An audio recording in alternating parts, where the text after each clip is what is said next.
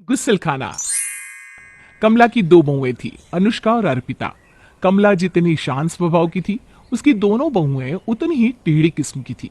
ऐसा एक भी दिन ना होता जब दोनों देवरानी जिठानी में लड़ाई ना होती। मैंने कल ही गुसलखाना साफ किया था और आज फिर से इतना गंदा हो गया। पहले गुसलखाना साफ करो, फिर बाथरूम। मेरी तो जिंदगी इस गुसलखाना और बाथरूम में ही कैद होकर रह जाएगी। भाभी, कल आपने नहीं, मैंने सफाई करी थी बाथरूम की, और गुसलखाने की भी मैंने ही की थी। इसलिए आप ये बात ना बोले तो ज्यादा अच्छा होगा, क्योंकि गुसलखाने की जितनी सफाई आप करती हैं उतनी ही सफाई मैं भी करती हूँ। अच्छा, जिसने भी किया हो। वैसे एक दिन सफाई करके तूने कोई तीर नहीं मार दिया, और बोल माँ, आज सबसे ज्यादा गंदगी तू ही तो करती है। हाँ हाँ, सारी गंदगी मेरे ही अंदर भरी है ना, जो मैं गुसलखाने में जाकर निकाल आती हूँ। हाँ, आप लोग तो जैसे गंदा करते ही नहीं। मैं इस घर में अकेली हूँ ना जो बाथरूम यूज करती हूँ। और हाँ, जहां तक मुझे याद है, आपसे ज्यादा सफाई तो मैं ही करती हूँ। तो जिंदगी आपकी नहीं, मेरी कैद हो गई है इस गुसलखाने में। एक बार फिर गुस्सलखाना और बाथरूम को लेकर दोनों बहुओं के बीच में बहस छिड़ जाती है। दोनों बहुएं आपस में बहुत जोर जोर से लड़ रही थी, और उन दोनों की लड़ाई से कमला की आंख खुल जाती है। वो बाहर आकर अपनी दोनों बहुओं से कहती है, अरे भाई, अब क्या हो गया? क्यों दोनों हल्ला मचा रही हो? तुम दोनों के अंदर शांति नाम की कोई चीज ही नहीं है क्या? ये सब कुछ ना माँ जी आपकी वजह से हो रहा है। क्या जरूरत थी आपको बाथरूम और गुसलखाने को अलग करने की? एक में क्यों नहीं बनाया दोनों को? आपको पता भी है मुझे कितनी दिक्कत होती है। अरे बहू, दोनों अलग अलग इसलिए है ताकि किसी को गुसल खाने जाने और नहाने में दिक्कत ना हो। यहाँ सफाई की जो दिक्कत हो रही है वो नहीं दिखाई दे रहा आपको? मैं कितनी ही सफाई क्यों ना कर लूं, बाथरूम और गुसलखाने की, लेकिन दीदी हमेशा अपने ही गुण गाती रहती है। मेरा तो किसी को ख्याल ही नहीं है, ये नहीं देखता कि मैं भी इस गुसलखाना और बाथरूम की सफाई करती हूँ। अरे शांत हो जाओ, आज मैं कर दूंगी बाथरूम और गुसल खाने की सफाई, बस। पर इस तरह दोनों लड़ो मत, मेरा सर दर्द होता है तुम्हारी ये लड़ाइयाँ देख कर। हाँ हाँ, आपका सर दर्द तो होगा, क्योंकि आपकी बड़ी बहू जो बोल रही है। आखिर ये छोटी बोलती ना तो आपके सर में दर्द नहीं होता, क्योंकि वो तो आपकी ही लाडली है। ये गलत बोल रही हैं दीदी आप। लाडली मैं नहीं हूँ, आप है। तभी तो आपके बारे में माँ जी ये बोल रही है कि आज सफाई वो कर देंगी। दोनों बहुओं के बीच में काफी धुआंधार लड़ाई हो रही थी, इसलिए लड़ाई शांत करने के लिए बेचारी कमला खुद बाथरूम और गुसलखाना साफ कर देती है। इसी तरह से कुछ दिन बीत जाते हैं, और एक दिन जब अनुष्का नहाकर निकलती है और उसके निकलते ही अर्पिता नहाने के लिए घुसती है, पर बाथरूम में काफी गंदगी थी। अनुष्का अपने गंदे कपड़े भी बाथरूम से नहीं लेकर गई थी, और यहाँ तक कि उसका साबुन और शैम्पू भी बाथरूम में ही रखा था। ये देखकर अर्पिता को बहुत गुस्सा आता है।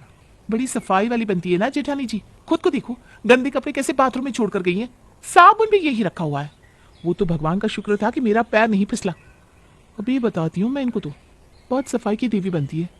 जब खुद पर नजर करेगी तो उन्हें खुद पर ही शर्म आएगी। अर्पिता गुस्से में अपनी जिठानी के पास आती है और उसी की तरह उसे खरी खोटी सुनाती है।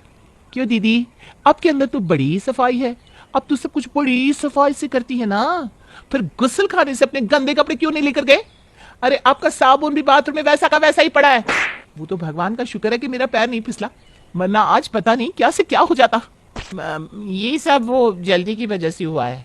अगर मैं माँ जी की गुसल खाने में जाने से पहले गुसल खाने की सफाई नहीं करती ना, तो वो अलग से मुझ पर चिल्लाती। इसलिए ना चाहते हुए भी मुझे अपना सामान बाथरूम में छोड़कर पहले गुसल खाने की सफाई करनी पड़ी। ये काम नहाने से पहले करना था ना दीदी। क्यों झूठे बहाने बना रही हो? साफ साफ क्यों नहीं कहती आप कि ये आपकी आदत है? अब अपनी आदत को भी अपनाने में कैसी शर्म। बस बहुत हो गया अर्पिता, बहुत सुन ली तुम्हारी बकवास। मैं अब एक में ही गुसल खाना और बाथरूम बनवा कर रहूंगी, फिर देखती हूँ कैसे तुम मुझसे लड़ाई करती हो। तुमसे मेरी लड़ाई ना हो इसीलिए नहाने के बाद मैंने गुसल खाना साफ किया, और तुम मुझसे अब भी लड़ रही हो। बाथरूम और गुसल खाना कम से कम एक में अगर हो जाएगा तो नहाने से पहले ही मैं सफाई कर लूंगी, ताकि इस तरह से तुम्हारी बकवास बातें तो ना सुनने को मिले। आज पहली बार जब अर्पिता अपनी जिठानी को खरी खोटी सुनाती है और उसकी सच्चाई पकड़ लेती है, तो अनुष्का इसका गुस्सा अपनी सास पर निकालती है।